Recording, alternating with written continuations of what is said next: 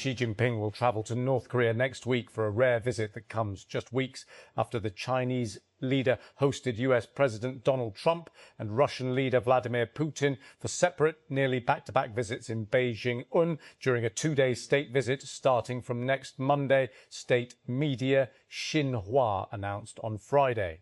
North Korea's state-run KCNA news agency also confirmed the trip. Lahore, the Lahore High Court, LHC, has dismissed a public interest litigation poll seeking wide-ranging directions regarding electricity load shedding, gas shortages and energy sector governance, holding that courts cannot act as regulators or intervene in complex policy matters falling within the domain of specialized statutory bodies. The court also imposed a punitive cost of 100 dundras, or go, on the petitioner for filing what it termed a frivolous and unsubstantiated petition. From penalising green technology to sidelining adaptation, the government's spending choices seem to contradict its own climate commitments. Without new budget pillars, proper risk screening, end to green taxes, countries' fiscal plans will only deepen climate vulnerability for a country whose economic survival is tied to shoring up its climate resilience. The government's budget stalages have failed to reflect this pressing concern. World Environment Day arrives as the planet edges deeper into climatic uncertainty. New global temperature records are being set with unsettling frequency, and the World Meteorological Organization has warned that the years from 26 to 2030 are likely to rank among the hottest ever observed. There is a strong possibility that another record-breaking year will emerge before the decade is out, while average global temperatures are expected to remain close to or above the 1.5 degrees Celsius threshold that governments once hoped would help avert the worst impacts of climate change. The warning may be global, but its implications are intensely local.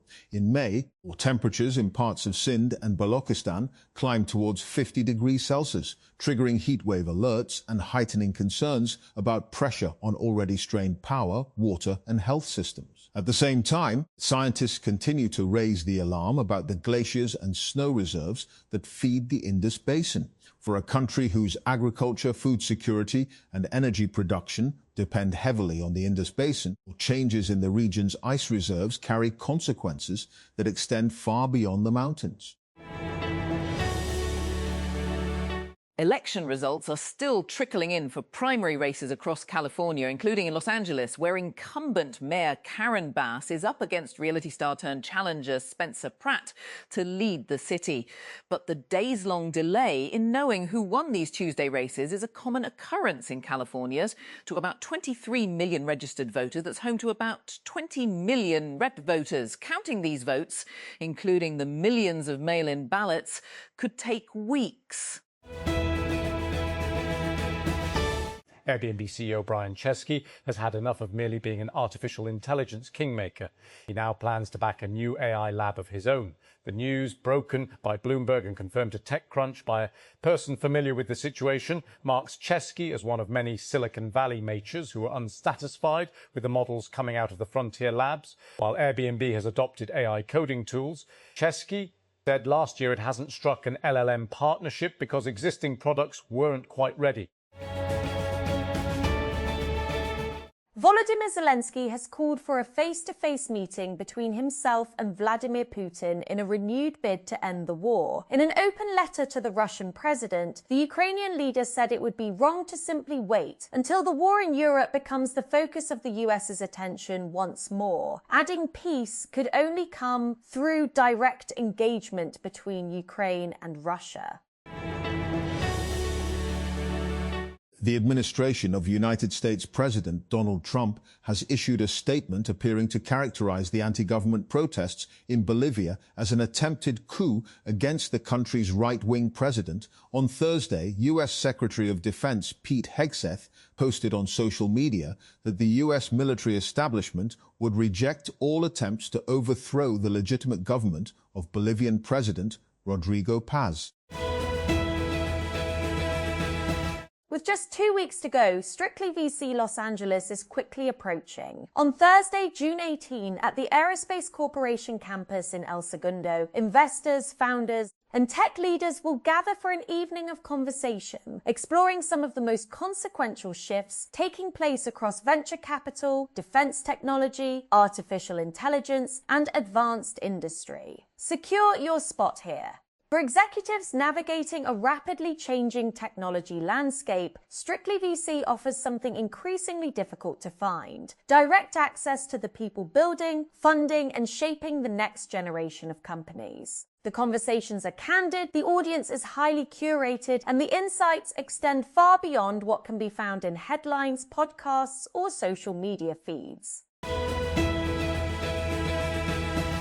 In November 2017, TechCrunch brought Startup Battlefield to Australia for the first time.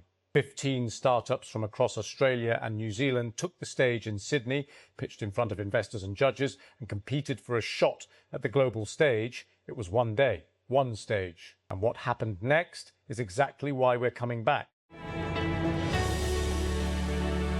At least 12 people have been killed and dozens of others injured in Russian strikes across Ukraine, according to Ukrainian authorities, as Ukrainian President Volodymyr Zelensky commemorated at least 707 children killed by Russia during the two countries' more than 4-year-long war. At least 5 people were killed and 11 others injured in Russian bomb and drone attacks on eastern Ukraine's Donetsk region, the National Police of Ukraine's press service said on Thursday.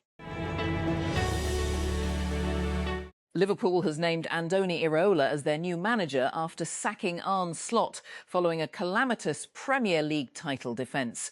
Iraola quickly emerged as Liverpool's top target to replace Slot, whose 2-year reign came to a shock end when he was dismissed last Saturday.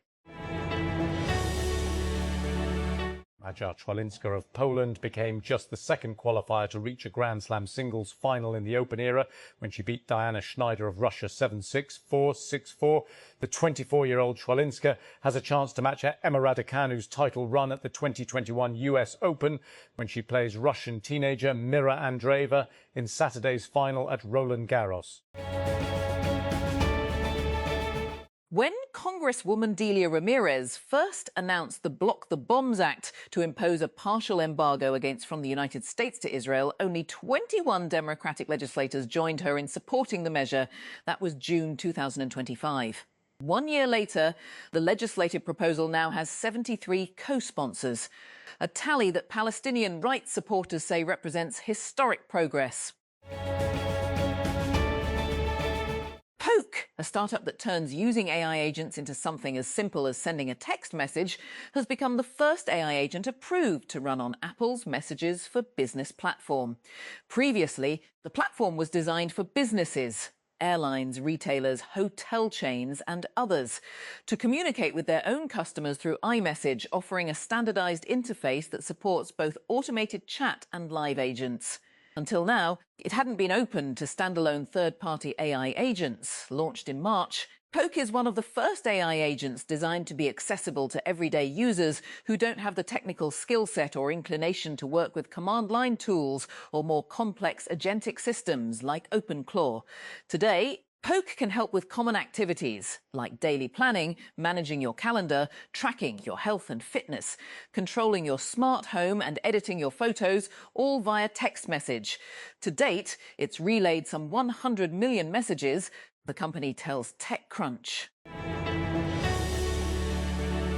Or just when you thought the AI data center boom couldn't get any crazier, Meta has gone and built data centers in tents. The strategy appears to borrow in equal parts from Tesla and xAI. In a bid to cut construction time in half, Meta has built 6 tents, or rapid deployment structures, as the company describes them, outside of New Albany, Ohio, according to Michael Thomas, founder of CleanView, which tracks data center deployments. British human rights lawyer says the former wife of a nephew of the ruler of Dubai has gone missing. Contact with Zainab Javadli was lost on Tuesday, and the BBC has been told her home in Dubai is locked and empty. An auction with an array of memorabilia from Marilyn Monroe's estate and friends has already brought in thousands of dollars in bids on the 100th anniversary of her birth. The sale, which began on Thursday, features 185 items from the model and actress's life, including a 1950s evening purse worth an estimated $100,000, $74,000, an evening gown, and even her lip pomade. French-Iranian author, illustrator, director and activist Marjanji Satrapi, best known for her graphic novel series and film Persepolis, has died aged 56. The Élysée de Paris has confirmed she captivated a global audience with Persepolis. The palace said, calling her a leading figure in French culture and an artist devoted to freedom whose work carried a universal message and earned her immense international renown.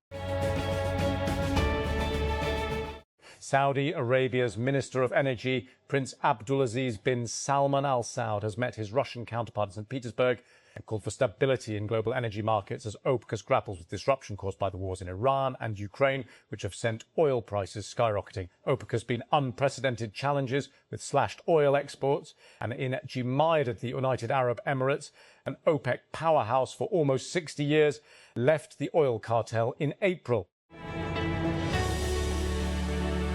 Hundreds of Libyans have gathered outside the UN Refugee Agency, UNHCR, headquarters in Tripoli to protest against undocumented migrants that they say should leave Libya. Protesters on Thursday chanted, "Libya belongs to Libyans," and called for the closure of the UNHCR headquarters in the capital. They were seen holding signs reading, "Our love for our country is not racism, and Libya's is not the world's garbage bin."